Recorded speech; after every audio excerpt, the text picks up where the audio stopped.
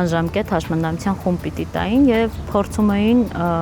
երկրորդ խումբ տալ չքայլող հաշմանդամություն ունեցողին, որ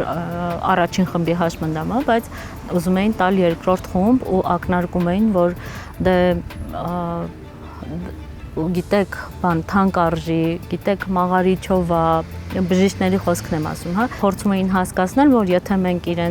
իրենց ուզած մաղարիչը չտանք, կարող են այնպես անել, որ իմ համար վատ լինի, բայց ես օրենքի հոդվածներով եւ իմ իրավունքներով հենց առաջնորդվելով կանխեցի դա։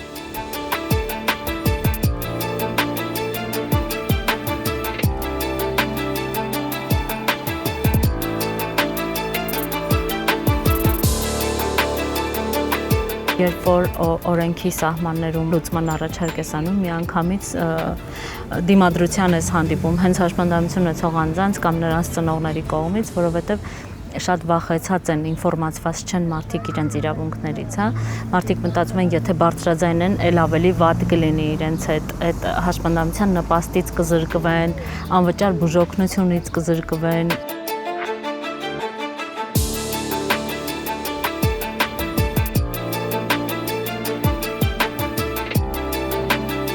Յուրաքանչյուր նախորդ օր ձևավորվում է հաջորդ օրվա հանձնաժողովը, այսինքն գնահատող մասնագետը ինքը իմանում է հաջորդ օրվա փորձաքննության մասին, գնահատման մասին 1 օր առաջ։ 60-70 ծածկագիր է գնահատվում մեկ անձի համար, որից 25-ն է մտնում ալգորիթմ։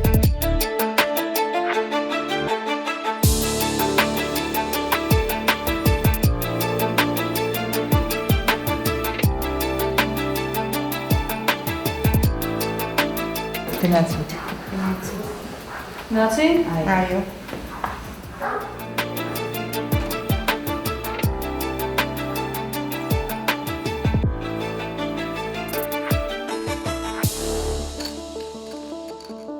Հիշեք, որ եթե դուք գնում եք որևէ հաստատություն կապ չունի բժշկական, կրթական, որտեղ որ դիմում եք, եթե դուք ձեր իրավունքները, ձեր շահերը